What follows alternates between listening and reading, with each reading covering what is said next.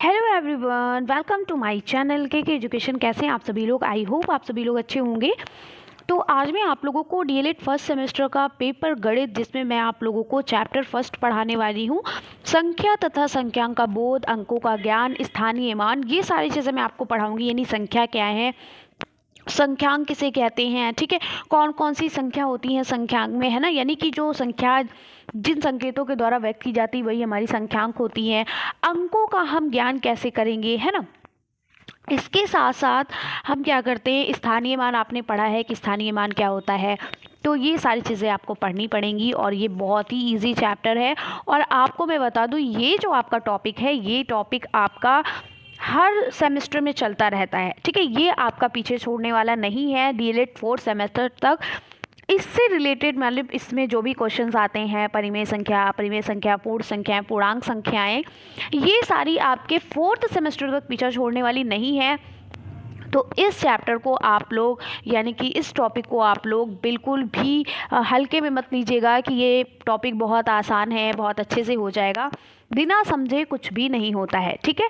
तो ये टॉपिक भी ऐसा टॉपिक है जिसको आपको बार बार पढ़ना पड़ता है। आप किसी भी कॉम्पिटिटिव एग्जाम्स की तैयारी कर रहे हो, या फिर आप डीएलएड की तैयारी कर रहे हो, या फिर आप UP TET, C TET, super TET, ठीक है, किसी भी आप कॉम्पिटिटिव एग्ज़ाम्स की तैयारी करते हो, तो ये एक आपका ऐसा टॉपिक है, ये एक आपका बेसिक जो चीज़ें हैं इस टॉपिक की, ये आपको पीछा छोड़ने वाली नहीं है आपका, और हमेशा आपके सभी एग्ज़ाम में पूछी जाती हैं, ठीक है। और ज़्यादातर क्या होते हैं, हमारे प्रशिक्षु इसी टॉपिक को स्किप कर देते हैं कि ये तो हमसे हो जाएगा।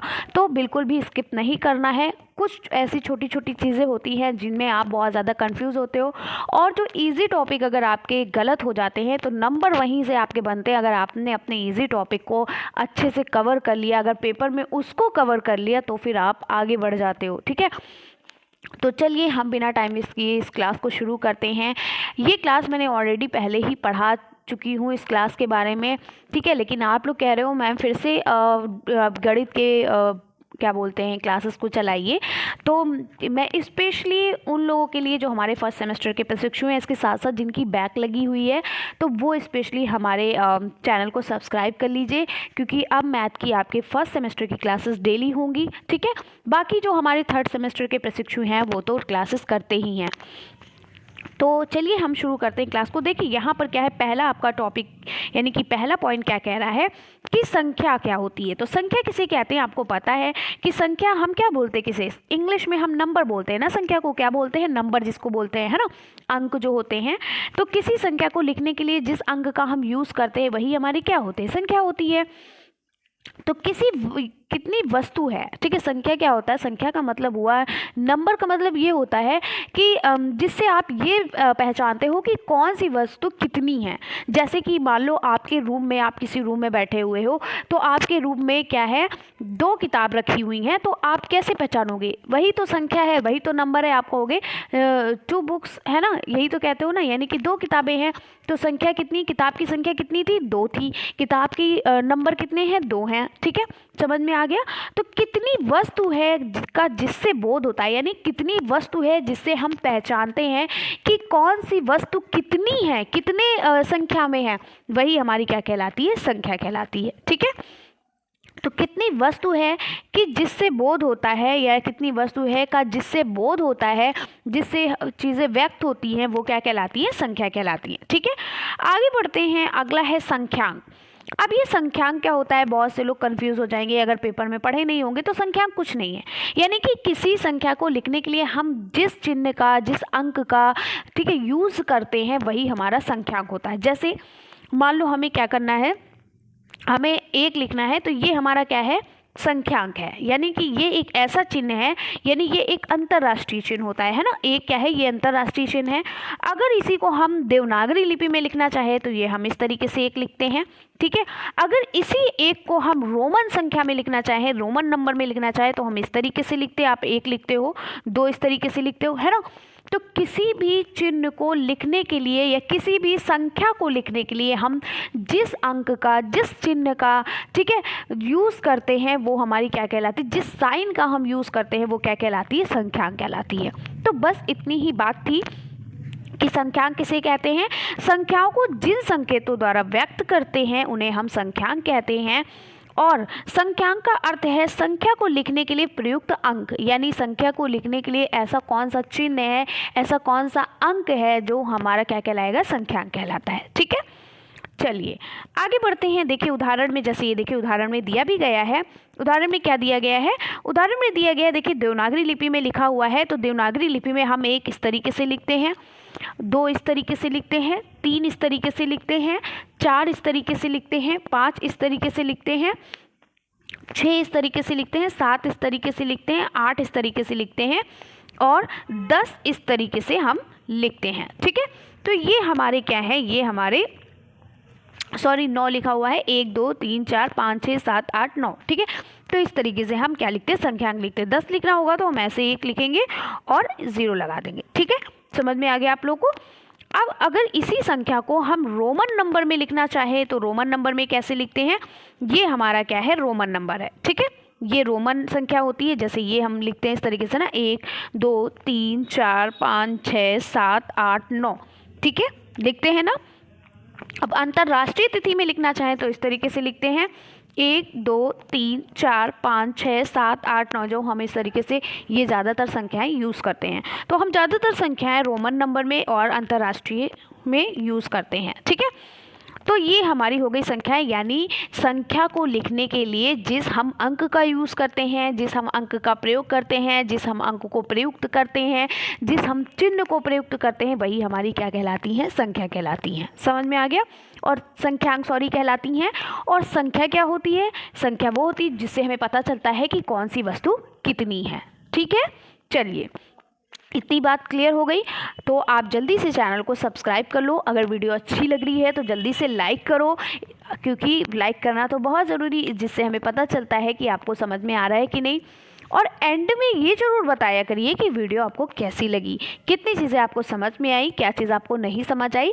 तो एंड में कमेंट्स में ये ज़रूर बताइएगा, उससे मुझे ये पता चल जाता है कि आप लोगों को समझ में आ रहा है, कितने लोगों को कितना समझ आ रहा है। ये सारी चीज़ें हमें पता चल जाती हैं। और आप अपने फ्रेंड्स ग्रुप में, अपने कॉलेज ग्रुप में वीडियो को शेयर ज़रूर करिएगा। चलिए अब हम बात करते हैं, सबसे पहले हम बात करते हैं प्राकृतिक संख्या, यानी जिसे हम कहते हैं नेचुरल नंबर। ठीक है, तो प्राकृतिक संख्या या नेचुरल नंबर्स होता क्या है? प्राकृतिक का मतलब ही होता है नेचुरल, और संख्या तो आपको पता है नंबर बोलते हैं।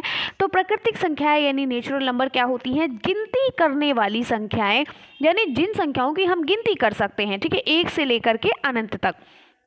तो 1 2 3 4 5 से लेकर के अनंत तक जितनी भी संख्याएं होती हैं, ये क्या कहलाती हैं? प्राकृतिक या प्राकृत संख्याएं कहलाती हैं। अगर आपके पेपर में प्राकृत भी पूछ लेता है तो कंफ्यूज नहीं होना है। ठीक है, प्राकृतिक संख्याएं कहिए या प्राकृत संख्याएं कहिए या नेचुरल नंबर्स कहिए, बात एक ही है। ठीक है, चलिए अब आपको बता दूं, ये जो प्राकृतिक संख्या जो होती है, आपको पता है इसको हिंदू अरेबिक नंबर भी कहते हैं। ठीक है, आपका ये कई बार सीटेट में ये आपका क्वेश्चन पूछा गया था, देखिए 2011 में।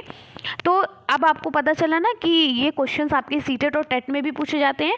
तो इसको हम हिंदू अरेबिक नंबर भी कहते हैं, किसको? प्राकृतिक संख्या को या नेचुरल नंबर को। ठीक है, जो प्राकृतिक संख्या होती है ये एक जो है सबसे छोटी और पहली प्राकृतिक संख्या होती है। अगर आपसे पूछा जाए कि सबसे छोटी या सबसे पहली या प्राकृतिक संख्या क्या है, तो सबसे छोटी प्राकृतिक संख्या क्या होती? 1 होती है। इस तरीके के ही क्वेश्चंस बनते हैं, डीपली क्वेश्चंस बनते हैं। ठीक है, आपसे पूछा जाएगा कि सबसे छोटी प्राकृतिक संख्या क्या है, सबसे छोटी पूर्ववर्ती संख्या क्या है, सबसे छोटी अनुवर्ती संख्या क्या है। तो क्वेश्चन इस तरीके के बनते हैं। ठीक है, डेफिनेशन नहीं ज़्यादा पूछी जाती, ज़्यादा परिभाषा नहीं पूछी जाती, क्वेश्चंस यहीं से बनते हैं कि सबसे छोटी प्राकृतिक संख्या क्या है, सबसे छोटी अनुवर्ती संख्या क्या है, सबसे छोटी पूर्ववर्ती संख्या क्या है, परिमेय संख्या क्या होती है, अपरिमेय संख्या क्या होती है। इस तरीके के क्वेश्चंस आपके पेपर में बनते हैं। आगे बात करते हैं हम पूर्ववर्ती संख्या की, कि पूर्ववर्ती संख्या क्या होती है? पूर्ववर्ती, अब आपको नाम से ही यहाँ पे पता चल रहा होगा कि पूर्ववर्ती, हम क्या बोल रहे हैं? पूर्ववर्ती। ठीक है, पूर्ववर्ती का मतलब पूर्व मतलब होता है पहले। ठीक है, पूर्व का मतलब ही होता है, क्या होता है? पहले। ठीक है, पूर्ववर्ती कह रहा है पूर्व का मतलब ही होता है पहले।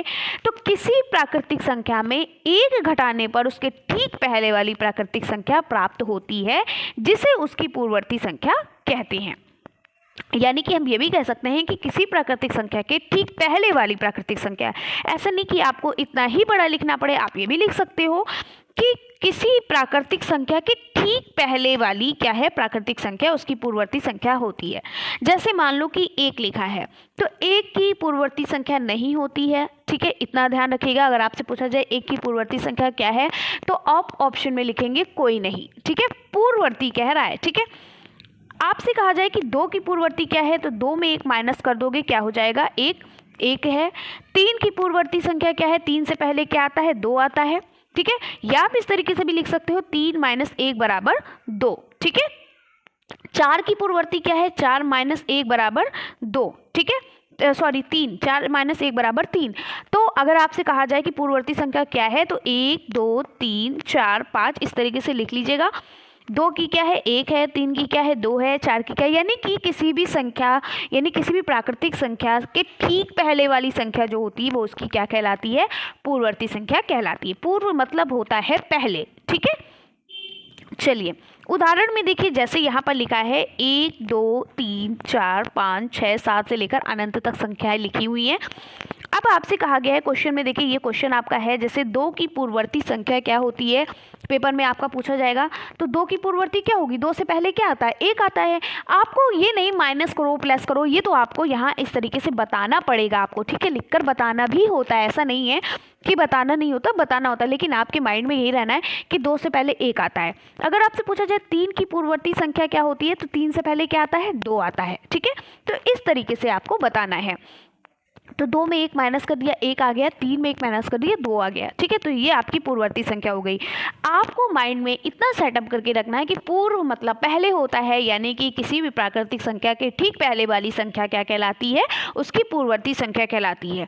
जैसे कि 2 की पूर्ववर्ती 1 हो जाएगी, 3 की 2 हो जाएगी, 4 की 3 हो जाएगी, 5 की 4 हो जाएगी, 6 की 5 हो जाएगी, 11 की 10 हो जाएगी, 15 की 14 हो जाएगी, ठीक है। उससे ठीक एक संख्या जो पहली होती है प्राकृतिक संख्या, ठीक है।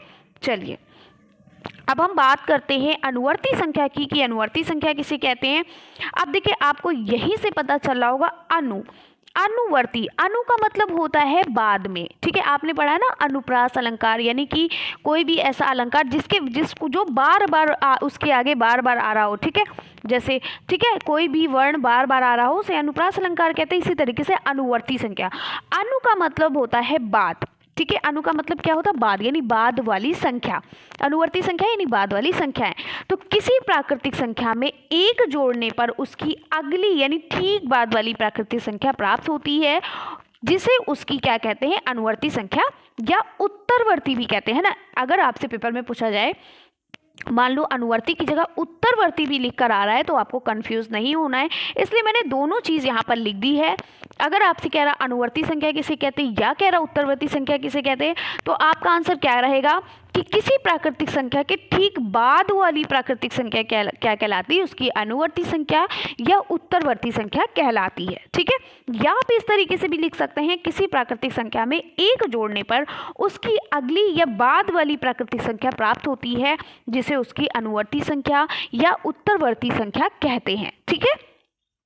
चलिए अब देखिए अगली भी यहाँ पर परिभाषा मैंने लिख दी है, जो कि आसान भाषा में है, कि किसी प्राकृतिक संख्या के ठीक बाद वाली प्राकृतिक संख्या उसकी अनुवर्ती संख्या या उत्तरवर्ती संख्या होती है।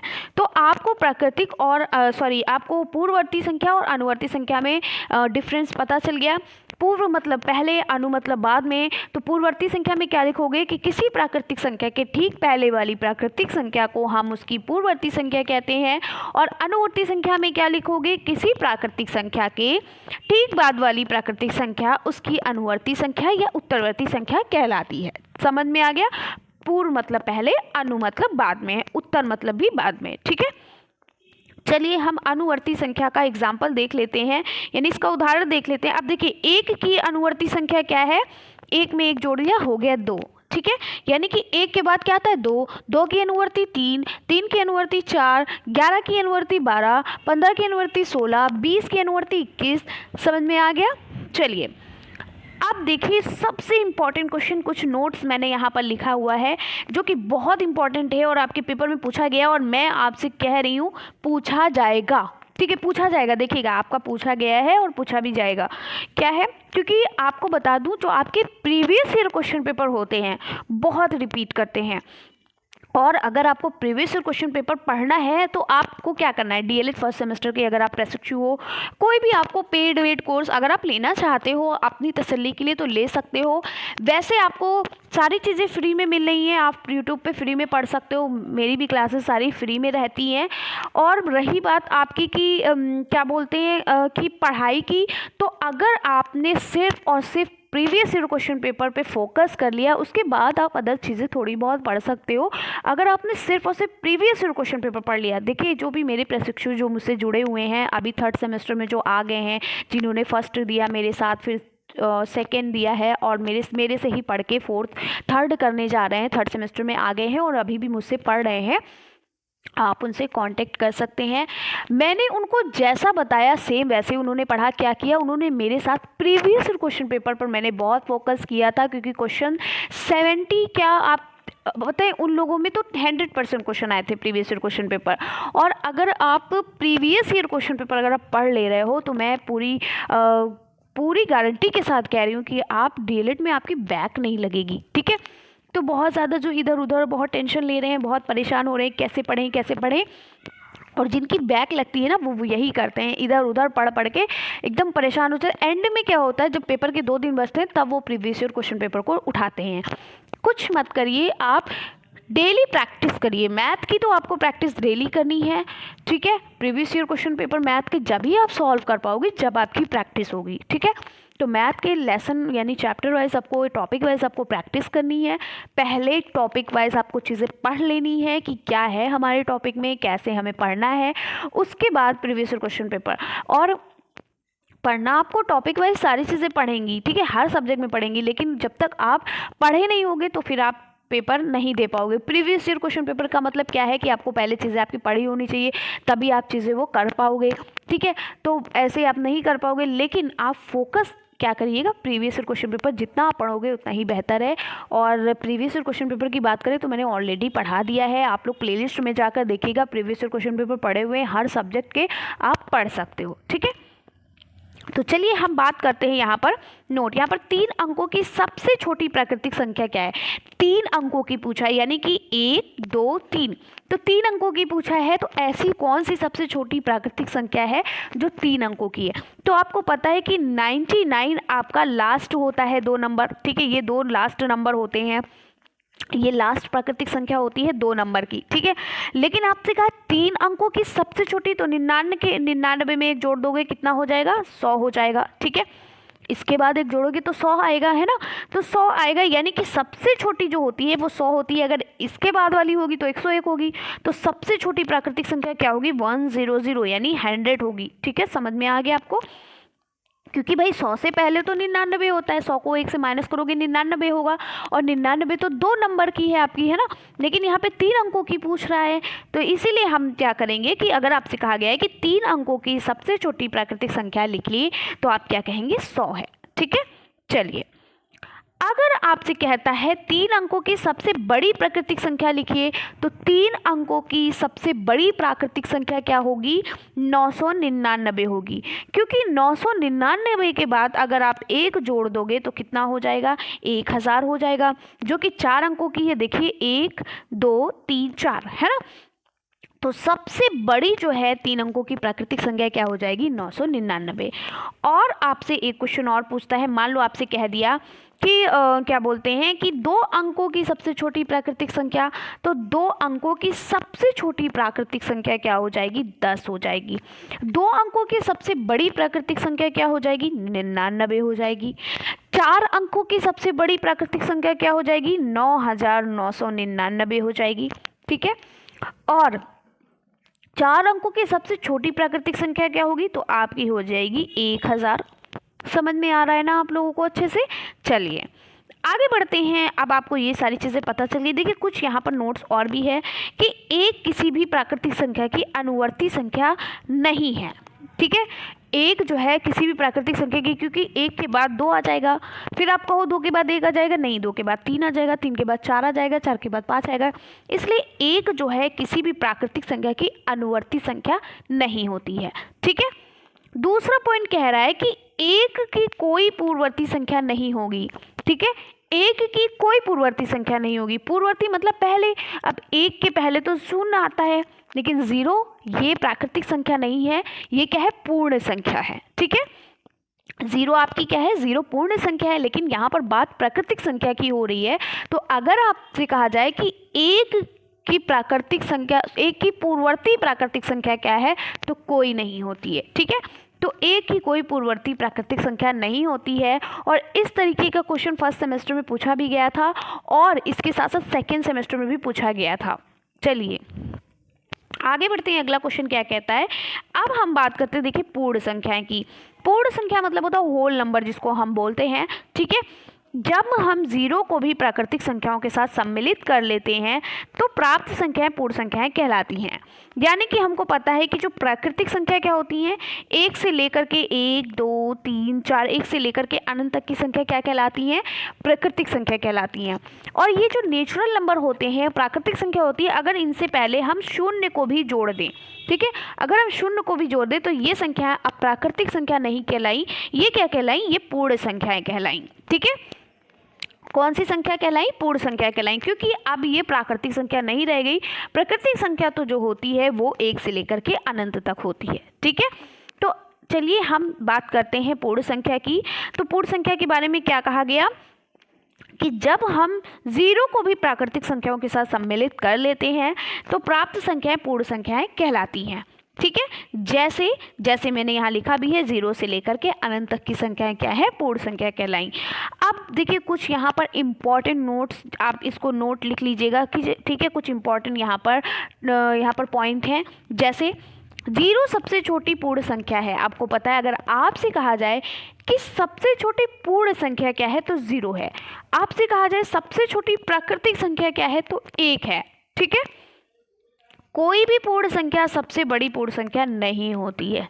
ठीक है, ये बहुत इंपॉर्टेंट पॉइंट कहा गया है कि कोई भी संख्या सबसे बड़ी पूर्ण संख्या नहीं होती है। ठीक है, यानी कि एक से बड़ी दो हो गई, जीरो से बड़ी एक होती है, एक से बड़ी दो होती है, दो से बड़ी तीन हो गई, तीन से बड़ी चार हो गई, चार से बड़ी पाँच हो गई, पाँच से बड़ी छः हो गई, छः अनंत तक की संख्याएं होती हैं। ठीक है, तो हर संख्या अपने में बड़ी संख्या होती है, उससे वो क्या होती है, पूर्ण संख्या जो होती है सबसे बड़ी पूर्ण संख्या नहीं होती। कोई भी पूर्ण संख्या खुद से सबसे बड़ी नहीं होती है ना, दूसरी संख्या से हमेशा छोटी ही रहती है। चलिए आगे बढ़ते हैं, अब हम बात करते हैं स्थानीय मान की, जो आपके टॉपिक में बहुत ही इम्पोर्टेंट ये टॉपिक है, और ये हेडिंग है, और ये आपके पेपर में बहुत पूछा जाता है, और ये एकदम बच्चों वाला स्थानीय मान आप लोगों ने 4th और 5th और 6th स्टैंडर्ड में पढ़ा होगा, बल्कि आपने 3rd 4th 5th स्टैंडर्ड में स्थानीय मान पढ़ा होगा। ये बच्चों वाले सवाल हैं, और आप आई होप कि आप बहुत अच्छे से इसको समझ जाएंगे। चलिए, तो स्थानीय मान क्या होता है, हम इसके बारे में बात करते हैं। किसी संख्या में प्रत्येक स्थान के संगत अंक का मान अलग अलग होता है। जैसे कोई संख्या इकाई होती है, किसी संख्या का मान दहाई होता है, किसी संख्या का मान सैकड़ा होता है ना। तो वही बात कही गई है कि किसी संख्या में प्रत्येक स्थान के संगत अंक का मान अलग अलग होता है। जैसे मान लो यहाँ पर 3 संख्या लिखी गई है, 2 0 0। ठीक है, जीरो का अपना मान होता है, अपना स्थान होता है, ये इकाई कहलाएगा।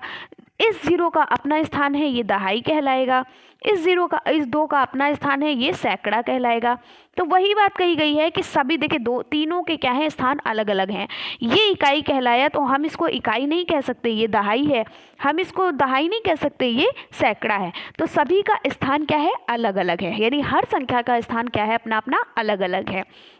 तो किसी संख्या में प्रत्येक स्थान के संगत अंक का मान अलग अलग होता है, इसे अंक का स्थानीय मान कहते हैं। यानी कौन सी संख्या किस स्थान पर है, उसका स्थान कहाँ है, उसी को हम क्या कहते हैं, स्थानीय मान कहते हैं। चलिए उदाहरण में देखिए, जैसे यहाँ पर लिखा हुआ है कि संख्या 3 4 7 7 यानी 3477 का स्थानीय मान बताइए। तो संख्या 3477 का स्थानीय मान क्या होगा, तो हम लिख लेते हैं। अब यहाँ पर क्या देखिए, ये संख्या पहले स्थान पर है तो हम इसको क्या करेंगे 7 गुणा 1 लिख देंगे। ठीक है, अब ये देखिए हम स्थानीय मान ज्ञात करने के लिए ये संख्या दूसरे नंबर पर है तो यहाँ पर क्या है, इसकी जगह पर एक 0 लग जाएगा। हम 4 को लिखेंगे तो इसकी जगह पर एक 0 लगा देंगे, हम 3 को लिखेंगे तो इसकी जगह पर एक 0 लगा देंगे। ठीक है, चलिए हम यहाँ पर आपको सिखाते हैं। जैसे यहाँ पर लिखा है, क्या लिखा है 3477 यानी 3477 लिखा है और कहा जाए कि इसका स्थानीय मान निकालिए। तो ये हमारी पहले स्थान पर संख्या है, ये आपको पता है इकाई होता है, ये दहाई होता है, ये सैकड़ा होता है, ये हजार होता है। ठीक है, हमें ये उतारने की ज़रूरत नहीं, इकाई दहाई सैकड़ा हजार ये सब नहीं पूछता है। ठीक है, ये पूछ रहा है इसका स्थानीय मान बताइए। तो हमें इसका स्थानीय मान बताना है किस तरीके से। अब ये देखिए 7 ये आपका पहले नंबर पर आया तो हम इसको 7 गुणा 1 लिख देंगे बराबर 7। ठीक है, यहाँ पर 7 दूसरे नंबर पर आया है तो यहाँ पर हम लिखेंगे 7 और देखिए 7 क्या है, ये 7 लिखेंगे और इसके स्थान पर क्या लिखेंगे, एक 0 लिख देंगे। ठीक है, तो ये हो जाएगा हमारा 7 गुणे 10 बराबर 70। ठीक है, अब देखिए यहाँ 4 आया है तो हम क्या लिखेंगे 4 लिखेंगे और 4 की जगह पर हम 1 लिखेंगे और 2 हमारे क्या आ गए 0 आ गए, तो इनको गुणा कर देंगे हो जाएगा 400। अब देखिए यहाँ पर 3 है, हमने लिखा 3। ठीक है, हम कलर थोड़ा सा चेंज कर देते ताकि आपको दिखाई दे। हमने लिखा 3 और यहाँ पर क्या है 3 की जगह पर हम 1 लिख देंगे, गुणा 1 लिखेंगे, 3 की जगह पर 1 लिख दिया और यहाँ पर 3 0 लिखेंगे। 3 संख्या है ना तो यहाँ पर हम 3 0 लिखेंगे। ठीक है, 3 0 हमने लिखा तो ये क्या हो गया, ये हमारा हो गया 3000। ठीक है, इस तरीके से हमको स्थानीय मान निकालना है। समझ आ गया ना आप लोगों को। चलिए आगे आपको फिर से और बता देते हैं। जैसे यहाँ पर लिखा है 5999। ठीक है, या मान लो एक और 9 लिखा हुआ है। ठीक है, तो यहाँ पर लिखा अब कहा जाए कि इस संख्या का क्या करना है, आपको स्थानीय मान निकालना है। ठीक है, चलिए फिर से लिख देते 5999 दिया गया है और कहा गया कि इस संख्या का स्थानीय मान निकालिए। मान लो हम एक और 9 लिख देते हैं तो हमें क्या करना है, यहाँ पर हमने 9 लिखा गुणे, अब यहाँ पर क्या एक 9 है ना तो हम यहाँ पर 1 लिख देंगे। ठीक है, क्या लिखेंगे 1 लिखेंगे, यानी 9 के स्थान पर हमने 1 लिख दिया बराबर यहाँ हो गया 9 एकम 9। अब यहाँ पर क्या है, यहाँ पर हमने ये वाला 9 लिखा। ठीक है, कौन सा 9 लिखा हमने, ये वाला 9 लिखा। ठीक है, ये वाला 9 लिखा तो अब हम क्या करेंगे, यहाँ पर लिखेंगे 9 गुणे, अब यहाँ पर इस 9 के स्थान पर 1 लिख देंगे और ये वाले 9 के स्थान पर 0 1 बढ़ा देंगे। ठीक है, तो ये हो जाएगा 9 9 90।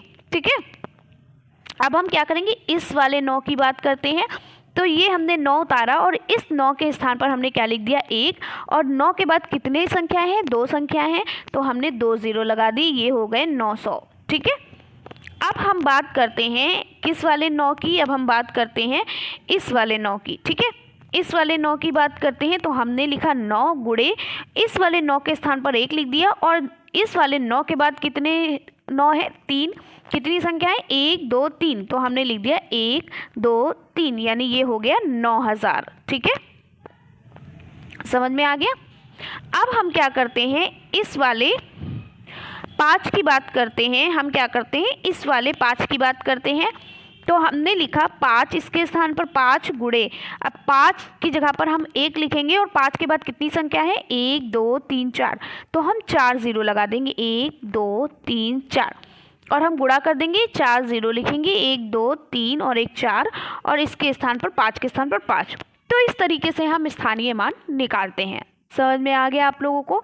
इसको निकालने का दूसरा भी तरीका है लेकिन आपको एग्ज़ाम में पूरा इस तरीके से बताना पड़ेगा, है ना। एग्ज़ाम में आपको ऐसे ही बताना पड़ेगा, इसलिए आपको ऐसे ही बार बार सीख लेना है। तो ये हो गए हमारा स्थानीय मान। ठीक है, चलिए अब हम दूसरा तरीका आपको, मान लो आपके क्या बोलते हैं बहुविकल्पी प्रश्नों में आ गया, मल्टीपल चॉइस क्वेश्चन में आ गया, तब वस्तुनिष्ठ प्रश्न में आ गया, तब हम जल्दी वाला कैसे करेंगे। जैसे यहाँ पर मान लो लिखा है 3477। ठीक है, ये लिखा है, तब हम स्थानीय मान कैसे लिखेंगे। तो हम क्या करेंगे 7 की जगह पर 7 लिख देंगे, फिर इस 7 की जगह पे हम क्या लिख देंगे 70 लिख देंगे। क्यों, 7 की जगह पे 7 उतारा और यहाँ पर एक संख्या है इसको 0 उतार लिया। अब इस 4 की जगह पर 4 लिखेंगे और इसके बाद कितनी संख्या है 2 संख्याएं हैं। इस 3 की जगह पर 3 उतारेंगे और इसके बाद कितनी संख्या है 3 तो हम 3 0 उतार देंगे। तो ये हमारा स्थानीय मान आ गया। ठीक है, अगर आपसे पूछा जाए कि 3477 में 7 का स्थानीय मान क्या है तो 7 का स्थानीय मान 7 का स्थानीय मान 7 है और दूसरे 7 का स्थानीय मान 70 है, यानी कि आप क्या कहोगे 77 हो गया। ठीक है, या इसको जोड़कर बताना होगा तो आप बताओगे पहले 7 का स्थानीय मान क्या है, दहाई में 7 का स्थानीय मान क्या है, 4 का स्थानीय मान क्या, अगर आपका पूछ लेगा तो आप बता दोगे कि 4 का स्थानीय मान क्या है, 4 आप लिखोगे और उसके आगे जितनी संख्या है उसको 0 में बदल दोगे तो आप कहोगे 400 है। 3 का स्थानीय मान क्या है, तो आप 3 की जगह पर 3 लिख दोगे और उसके आगे कितनी संख्या है, 3 है, तो आप 3 0 लिख दोगे तो आप लिखोगे 3000 है। इस तरीके से आपको आंसर देना है। ठीक है, चलिए अब हम आगे बात करते हैं। हमने स्थानीय मान को सीख लिया है और अब हम बात करते हैं अभाज्य संख्या की। ठीक है, आपसे पूछा जाएगा कि भाज्य संख्याएं क्या होती हैं, अभाज्य संख्याएं क्या होती हैं, है ना। तो सबसे पहले हम भाज्य संख्याएं पढ़ लेते हैं, क्योंकि ये ऊपर नीचे हो गया कि जबकि भाज्य पहले होनी चाहिए। ठीक है, ऐसी संख्याएं जो एक और स्वयं से अतिरिक्त अन्य संख्याओं से भी पूरी पूरी विभाजित होती हैं उन्हें हम भाज्य संख्याएं कहलाते हैं। यानी कि क्या होता है, ऐसी संख्याएं जो एक से कटे, खुद से कटे और इसके अतिरिक्त और भी संख्या से कट जाए तो उसे हम कहते हैं भाज्य संख्याएं। जैसे हमने मान लो कहा 6 लिखा हुआ है। ठीक है, मान लो 6 लिखा हुआ है तो 6 क्या है, ये 1 से भी कटेगा, 1 छक्का 6 हो जाएगा। ठीक है, ये 2 से भी कटेगा, 2 तियां 6। ठीक है, तो ये 2 से भी कट जाएगा। फिर क्या हम क्या कहते हैं, 3 दूनी 6, तो ये 3 से भी कटेगा। फिर 6 एकम 6 यानी ये 6 से भी कटेगा। तो हमारे कहने का मतलब ये था कि ये जो संख्या है ये 1 से भी कट रही है और खुद से भी कट रही है। खुद से मतलब 6 संख्या 6 से भी कट रही, 6 कम 6 होता है तो कट जाएगा, और इसके अतिरिक्त और भी संख्या से कट रही, जैसे 2 से भी कट रही है, 3 से भी कट रही है। ठीक है, तो ये हमारी क्या कहलाएंगी, भाज्य संख्याएं कहलाएंगी। समझ में आ गया आप लोगों को। तो जो क्या करती है, जो 1 से कटे और स्वयं के अतिरिक्त अन्य संख्याओं से भी कटे वो हमारी क्या कहलाती हैं, भाज्य संख्याएं कहलाती हैं। समझ में आ गया आप लोगों को।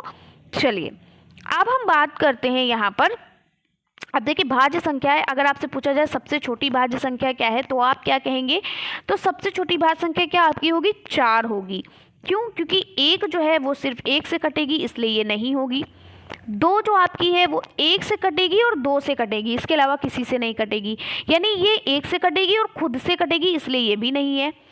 3 आपकी क्या है, 3 आपकी 1 से कटेगी और खुद से कटेगी, बाकी ये ना 4 से कटेगी या ना 2 से कटेगी ना 5 से कटेगी, तो ये भी नहीं है। और 4 क्या है आपकी, 4 आपकी सबसे छोटी भाज्य संख्या है, क्योंकि 4 आपका क्या है, 4 जो संख्या आपकी है ये 1 से भी कटेगी, 2 से भी कटेगी, 2 दूनी 4 होता है। ठीक है, देखिए 4/2 करोगे कट जाएगी, 2 एकम 2, 2 दूनी 4, 2 आया। अब ये क्या है, 3 से तो नहीं कटेगी लेकिन ये 4 से जरूर कटेगी, 4 एकम 4 हो गया। तो यही कहा गया कि ऐसी संख्या जो 1 से कटे, खुद से कटे और इसके अतिरिक्त किसी और से भी कटे। ठीक है, यानी जिसके 3 भाज्य हों वो क्या कहलाएंगे, भाज्य संख्याएं कहलाती हैं। समझ में आ गया आप लोगों को। अब हम बात करते हैं, यानी कि सबसे छोटी जो भाज्य संख्या होती है वो कौन सी होती है, 4 होती है। समझ में आ गया, 4 हो गई आपकी, 6 हो गई उसके बाद। ठीक है, 6 आपका कट जाएगा, फिर आपकी 8 कट जाएगी, है ना। 8 क्या होगी, 1 से भी कटेगी, 1 अठे 8, 2 चक्कू 8, 4 दूनी 8, 8 एकम 8। ठीक है, फिर आपकी क्या हो गई, 10 हो गई, 10 आपकी 1 से भी कटेगी, 1 दहम 10, 2 से भी कट जाएगी, 2 पंचे 10। ठीक है, और 5 से भी कटेगी, 5 दूनी 10, और 10 से भी कटेगी, 10 एकम 10। ठीक है, तो इस तरीके से आपकी क्या सबसे छोटी जो भाज्य संख्या पूछी जाए तो 4 होती है। आगे बढ़ते हैं, हम अभाज्य संख्या की बात करते हैं। तो अभाज्य संख्या इसका क्या होता है, विपरीत होता है, इसका उल्टा होता है। ठीक है, इसका क्या होता है, बिल्कुल उल्टा होता है। क्या होता है, अभाज्य संख्या है, अभाज्य संख्या इसकी एकदम उल्टी होती है, यानी ऐसी संख्या है जो सिर्फ 1 से और खुद से कटे। हमने भाज्य में क्या पढ़ा, जो 1 से कटे, खुद से कटे और किसी एक और संख्या से, यानी किसी और संख्या से भी कटे, है ना। लेकिन भाज्य संख्या में क्या होता है, ये 1 से कटेगी और खुद से कटेगी, इसके अलावा किसी से नहीं, यानी इसके सिर्फ 2 ही तरीके से हम इसको विभाजित कर सकते हैं, सिर्फ 2 बार विभाजित कर सकते हैं। जैसे ऐसी संख्या जो केवल 1 से और स्वयं से ही पूरी पूरी विभाजित होती है उसे हम अभाज्य संख्याएं कहलाती हैं। जैसे सबसे छोटी अभाज्य संख्या क्या होती है, 2 होती है। अब आप कहोगे 1 क्यों नहीं होती, क्योंकि 1 सिर्फ 1 से ही कटेगी, 1 कम 1, 2 कम 1 तो हो नहीं जाएगा, तो इसलिए ये नहीं होती, क्योंकि इसके लिए 2 संख्याओं से ये विभाजित हो तभी होगा। तो 2 जो आपका है, देखिए 2 आपका क्या है, 2 आपकी सबसे छोटी अभाज्य संख्या है, क्योंकि 2 क्या है, ये 1 से कट जाएगी, 1 दूना 2, और ये 2 से भी कटेगी, 2 एक कम 2, यानी ये 1 से कट रही है और स्वयं से कट रही है, ठीक है। अब 3 की बात करते हैं तो 3 भी हमारी क्या है, ये 1 से कटेगी और स्वयं से कटेगी, यानी कि 1 से भी कट रही है और स्वयं यानी 3 एक कम 3 से भी कट रही है ना। तो ऐसी संख्याएं क्या कहलाती हैं, अभाज्य संख्याएं कहलाती हैं। अब हम बात करते हैं आपकी परिमेय संख्या किसे कहते हैं, ठीक है। परिमेय संख्या भी आपकी बहुत ज़्यादा पूछी जाती है कि परिमेय संख्या किसे कहते हैं, अपरिमेय संख्या किसे कहते हैं, आपके टॉपिक में पूछा भी गया है। तो परिमेय संख्या किसे कहते हैं, जिसे ऐसी संख्या है जिन्हें हम P/Q के रूप में व्यक्त कर सकते हैं, ठीक है। P/Q के रूप में जिसे हम व्यक्त कर सकते हैं वो क्या कहलाती हैं, परिमेय संख्या कहलाती हैं। और परिमेय संख्या जो होती हैं, चलिए अभी आपको आगे बताते हैं। ऐसी संख्या है जिसे हम रेशनल नंबर कहते हैं, ऐसी संख्या जिसे P/Q के रूप में व्यक्त किया जाता है जहां P और Q दो पूर्णांक हैं लेकिन Q बराबर 0 नहीं होना चाहिए, तो वह परिमेय संख्या कहलाती है। जैसे सभी भिन्न परिमेय संख्याएं कहलाती हैं, जैसे -3/5 सभी परिमेय संख्याएं भिन्न कहलाती हैं। समझ में आ गया क्या कह रहा है ये कह रहा है कि परिमेय संख्या वे होती हैं जिन्हें हम क्या कर सकते हैं, जिन्हें हम P/Q के रूप में व्यक्त कर सकते हैं।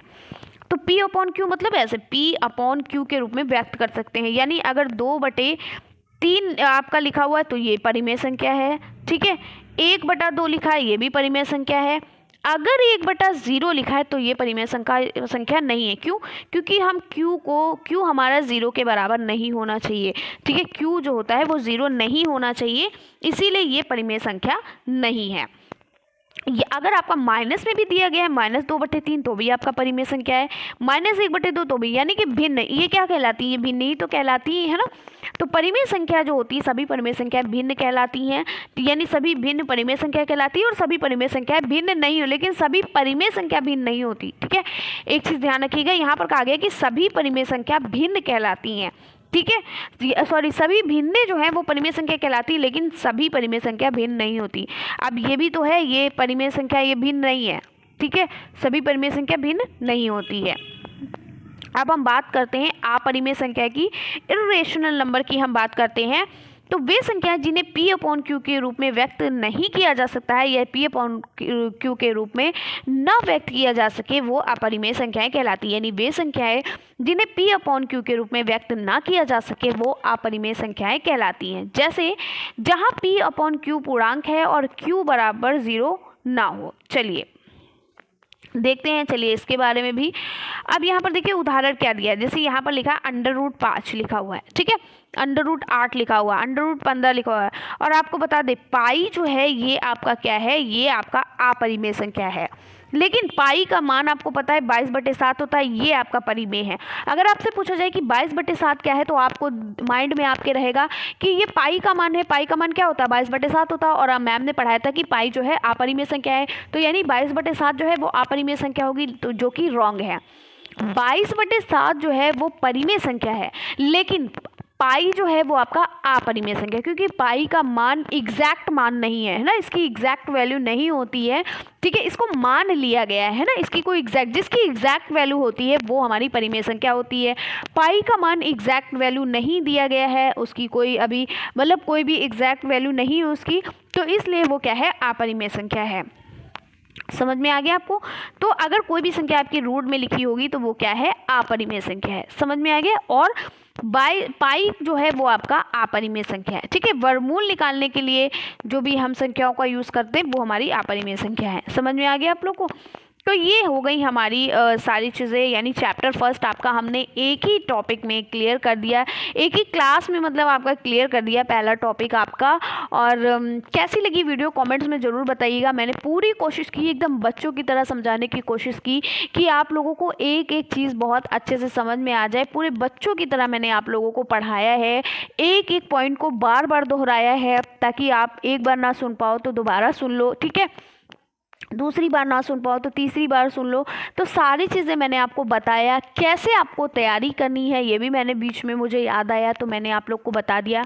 अब आपको क्या करना है, आपको सिर्फ और सिर्फ क्या करना है, वीडियो को शेयर करना है। अगर वीडियो अच्छी लगी तो कमेंट्स में देखिए, अगर आप कमेंट करते हो तो उससे मैं मोटिवेट होती हूँ। मुझे लगता है आपको सारी चीज़ें समझ में आई और मुझे लगता है कि आप लोग मुझसे जुड़ना चाह रहे हो, आप लोग बता रहे हो अपनी प्रॉब्लम और आपने बात शेयर कर रहे हो कि आपको कैसी लगी वीडियो, तो मुझे पढ़ाने में भी इंटरेस्ट आता है, ठीक है। तो कुछ भी आपको यहाँ पर पेड नहीं है कि आपको क्लासेस जो हैं वो पेड देनी पड़े, ऐसा कुछ भी नहीं यहाँ पर है। अब आपको मेरे चैनल पर सारी चीज़ें फ्री मिल रही हैं, यानी कि आपको क्लासेस जो है वो फ्री ही प्रोवाइड की जा रही हैं। आप आराम से पढ़ सकते हो। अभी तक मैंने मैथ की क्लास स्टार्ट नहीं की थी क्योंकि मैं थर्ड सेमेस्टर का भी फोकस कर रही थी और थोड़ा बिजी भी थी मैं इधर।